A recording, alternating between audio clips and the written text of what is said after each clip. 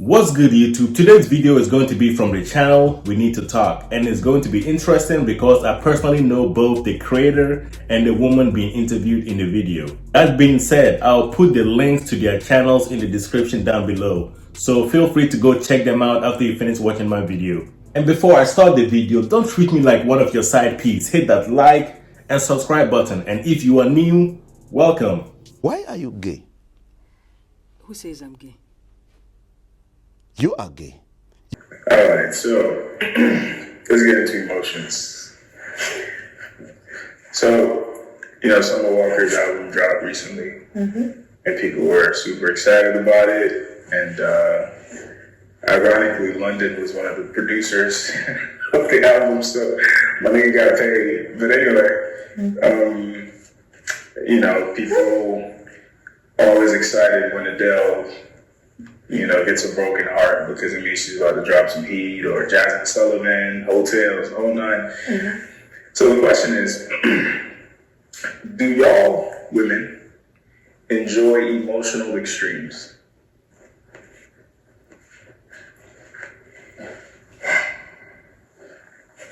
Do we enjoy emotional extremes?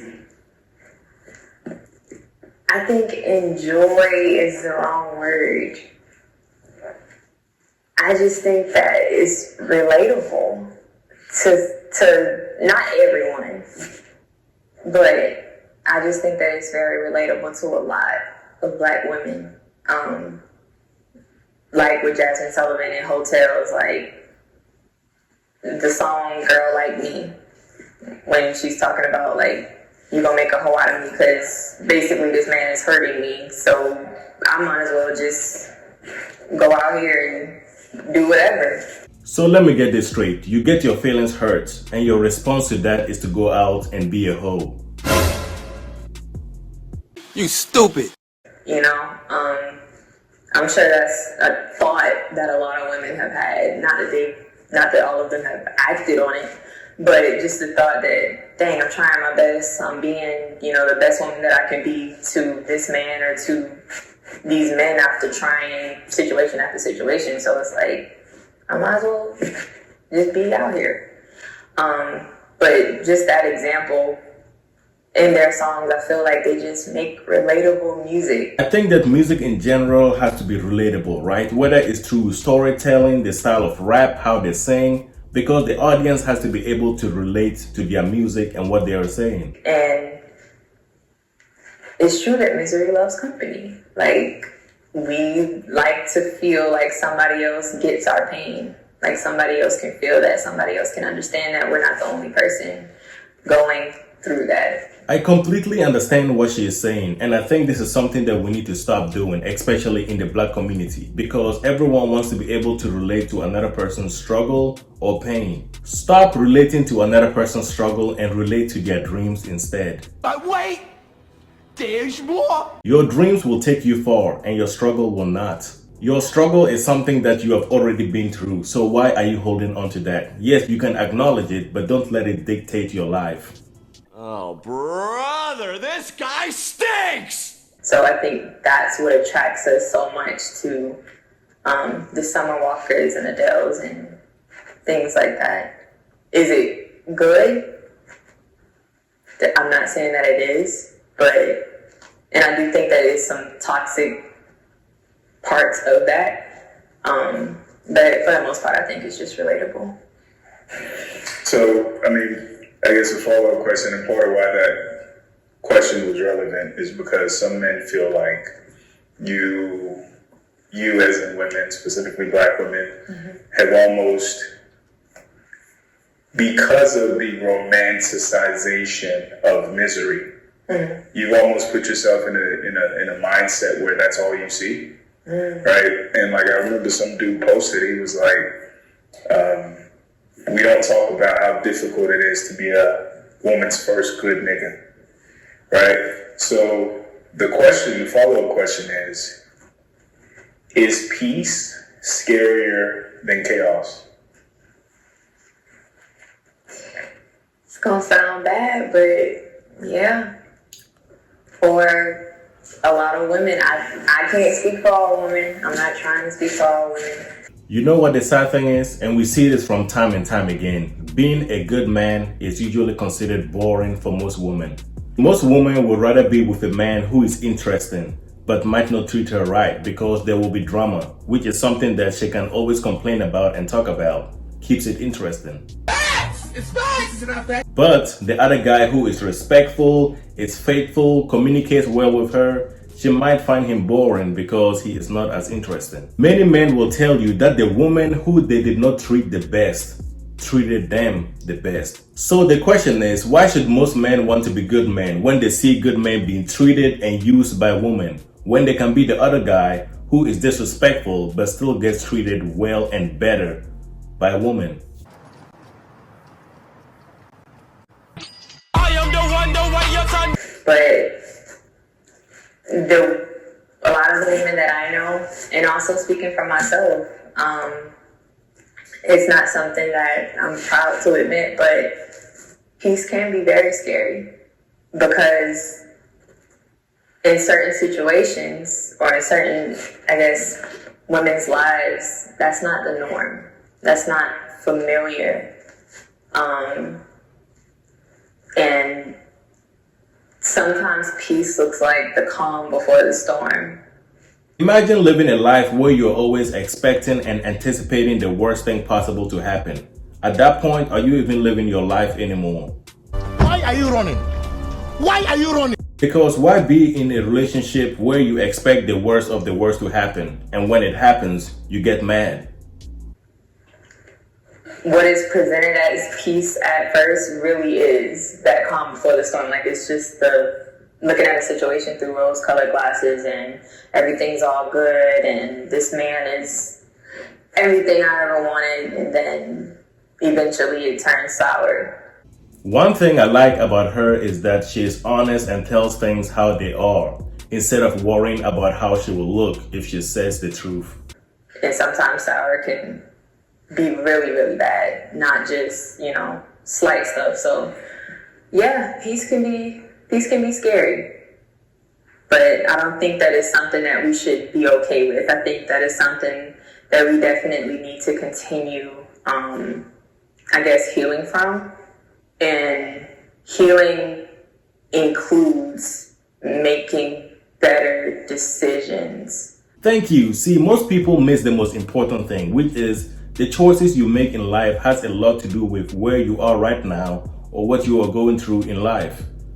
Okay. So look, you can blame people all you want for doing you wrong, but at the end of the day, it started with a choice that you made. The problem is that most women think that they are the exception to everything. They will know that a man has 5 different baby mamas and has cheated on all his ex, but she will get with this guy and expect him to be faithful to her because she is special. She is the exception. As far as our partners, as far as who we choose to be our partners, who we choose to mate with, doing a more thorough job of getting to know that person.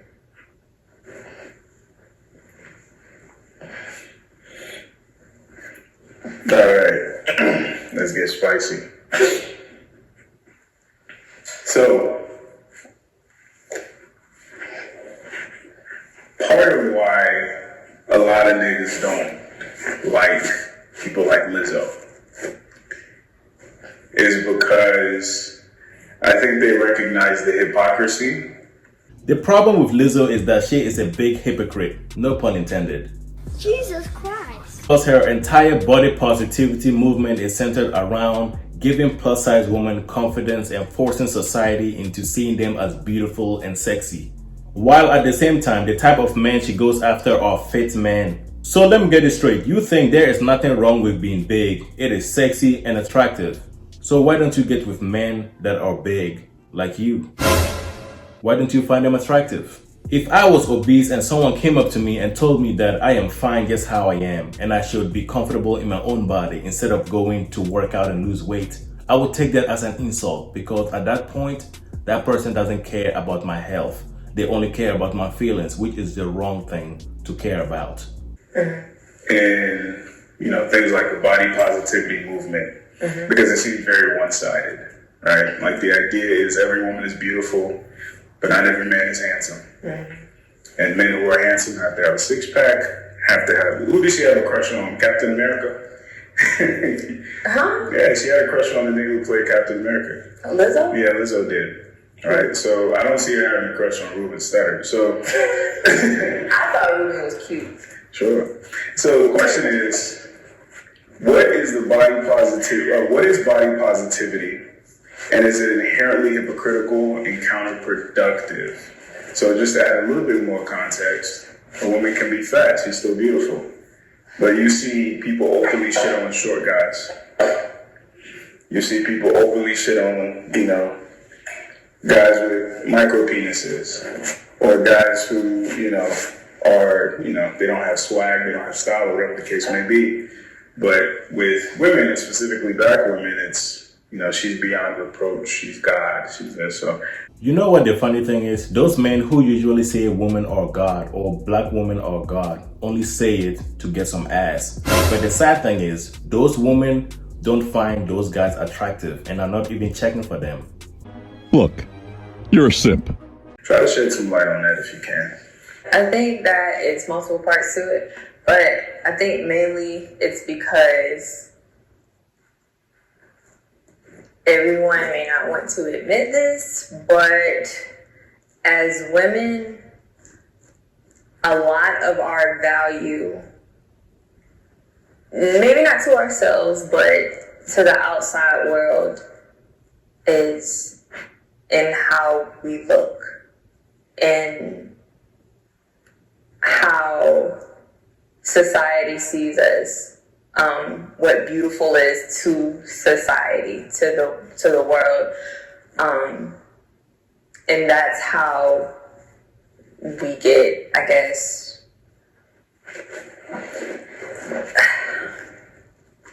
that's where our value is. Because if Lizzo and other women like her can change and shift what the world sees as beautiful, what society sees as beautiful, then that makes more opportunity for those women. Because men, y'all's value is not so much in y'all's looks, because it can be a dude that's not necessarily the most handsome or, the most attractive, but if he got money. You damn right, I could look like Smeagol from Lord of the Rings, but as long as I have money, I will have bitches and be dating models. So what does that say about women? As long as you have money, they will do anything for you.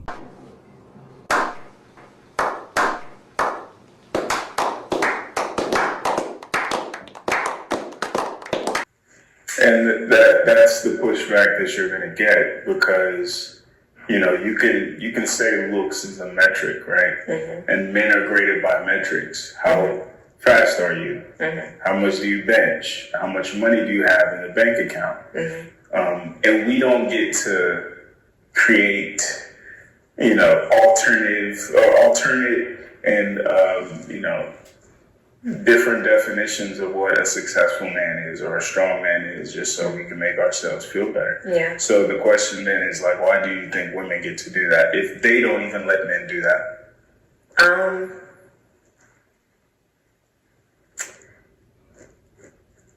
I would say because women believe, or could believe, because I must speak for all women, that y'all have more control over those things, like how much money you make. Not saying you have like full control over it, but you have more control over the type of jobs you go after, how much you bench in the gym, things like that, versus how I'm born looking. Well, wait.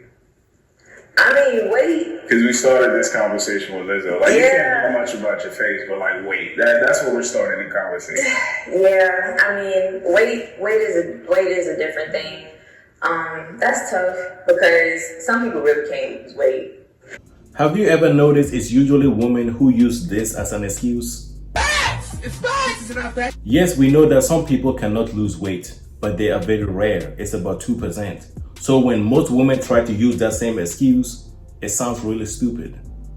They just you know, they have, I guess, health situations to where that's just their, you know. I can make the argument some men can't make money. They have mental situations, learning disabilities. That's but true. We don't get that same concession. That's true. That's true. I think it boils down to women are more... we think that women are more feelings-based.